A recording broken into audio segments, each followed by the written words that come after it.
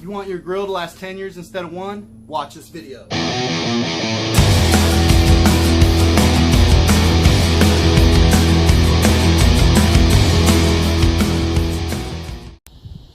Hello everybody and welcome back to 3BQ.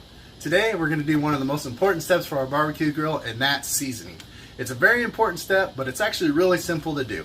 All you need is a bottle of vegetable oil and a rag.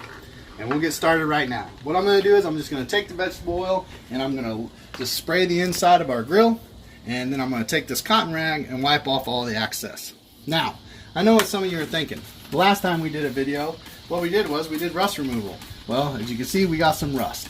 Well, it's another reason why we season the grill. This will help prevent any rust from building up again in the future.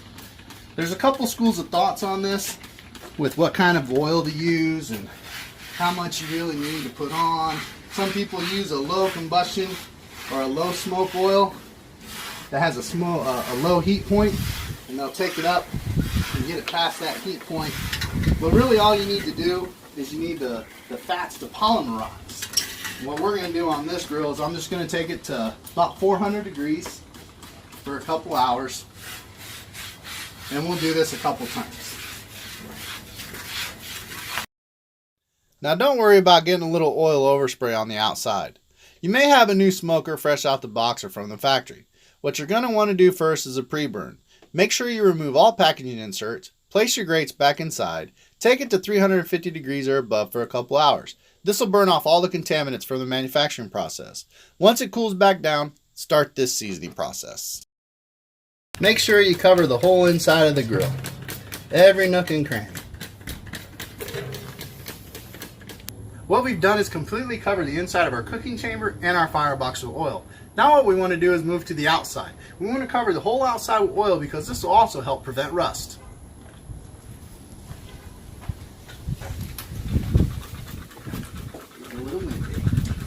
This is why I said don't worry about getting a little bit of oil on the outside.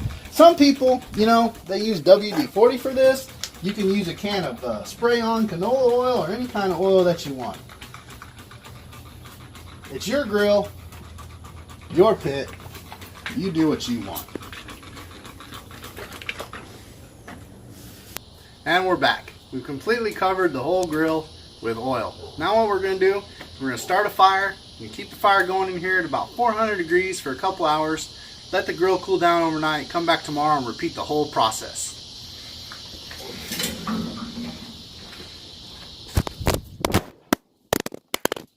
Redo.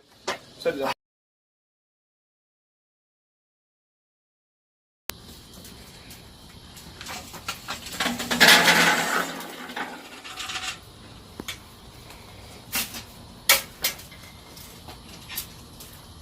Get the wiggles out. You videoing? Okay. Day 2 of our process of seasoning our grill. You know what? I really can't tell you how happy and excited I am at the performance of this grill. It held 400 degrees yesterday like a champ. Took very little wood, consistent, even with it being windy. So what we're going to do today is we're going to hit it with another coat of oil. Now, some people only season once. They put one little coat of oil on there and that's it. But I think it's kind of like paint. When you paint a house, you put a coat of primer and then you hit it with a coat of top coat. That's what we're going to do today. But we're only going to hit the cooking chamber and the firebox. Now I also want you to look at this. Come on in here. Notice how there's no ashes in the bottom of our pit? That's because we cleaned them out.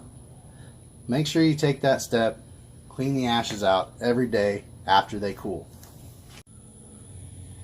Now this is going to work exactly the same way as when we did it the first time. Some people may think that 400 degrees for a couple hours isn't quite enough heat to get a good season. But what we want to do is we want to look for polymerization. We want to look where the fat got hard and cause that seal. And if you look here, you can take your, that's just the sweat from my hands. That's hard. That's hard. We're just going to give it another coat. Finish up the process.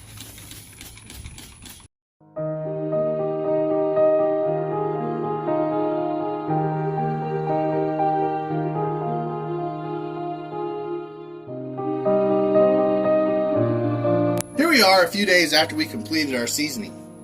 This is how your pit should look, and this is why we use a spray bottle and a rag.